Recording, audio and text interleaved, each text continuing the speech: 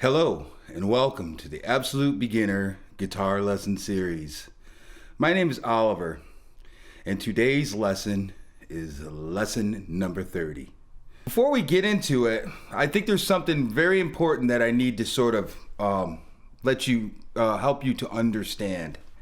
And what we really need to do is we need to take a look at the relationship between the root note of the scale and the seventh note of the scale. So I have a C major scale up on the screen, and we're looking to see how the seventh note of the scale relates to the root note of the scale. And I want to do sort of an illustration on the guitar, so I hope you'll indulge me. And what I'm going to do is I'm going to choose the note C that's at the 5th fret of the G string. So we're going to call C our root note. Now, in the C major scale, B is the 7th note of the scale. Now, if we look at our B or our C note that we have at the 5th fret on the G string, the B note is right next to it at the 4th fret. So this is the first thing that I need you to understand. If we have the root note at the 5th fret, the note that represents the 7th can be found 1/2 step or 1 fret below that note on the same string. So if the root is at the 5th fret, C, the 7th note of the scale, B, is at the 4th fret. So that's the first thing I need you to get sort of into your head, is that from the root to the 7th note of the scale, we only need to go down 1/2 step or 1 fret to get that note. So now we're on B, and B is the 7th note of the scale.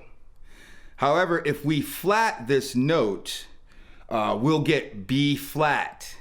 And B flat is at the 3rd fret on the G string. So I need you to sort of see that as well, that from the root note, which in this case is C at the 5th fret, to get to the flatted 7th note, we really only have to go down a whole step or 2 frets. So if the root is at the 5th fret, the flatted 7th is at the 3rd fret. And this is very important for us to understand.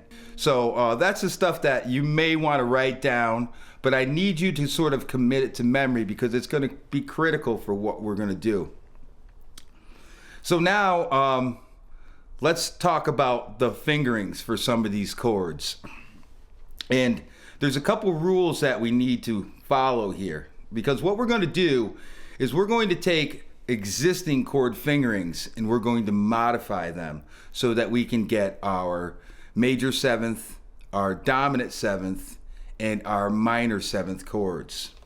So the first thing we need to follow is that we need at least 4 strings, because there are 4 separate notes in this scale. So we need at least 4 strings. And whatever fingering we choose, we must have the root note twice in the fingering. So without further ado, let me get into it a little bit. First, we're going to look at some open string chords. So the next chord I want to look at is the G major chord. And I want to look at a specific 4-string fingering for the G major chord, because this is a really nice fingering to work with.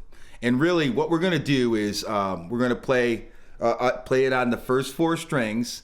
And if I start with the D string, we're going to play the D string open, then we're going to play the G string open, the B string open, and finally we're going to play the G note at the 3rd fret on the E string. So when we put all 4 of these together, we have a G major chord. And we have a 4-note G major chord. And we also have the root note twice. We have the root note as the open G string, and then we also have the root note at the 3rd fret on the E string. So we're going to have to change one of those notes. Now obviously we have an open G. We cannot make that note any lower. It's as low as we can go on the G string. So we want to turn our attention to this note, this G note at the 3rd fret of the E string. So in order to take this G major chord and turn it into a major 7th chord, we need to have the 7th note. And the 7th note is 1 fret below the root.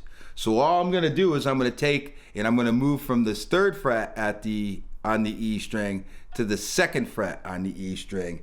And now I have my D major 7th chord.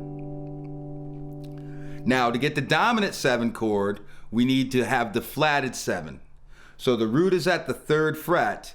The flatted 7th is going to be 2 frets below that. So we need to move this down to this 1st fret where the F is.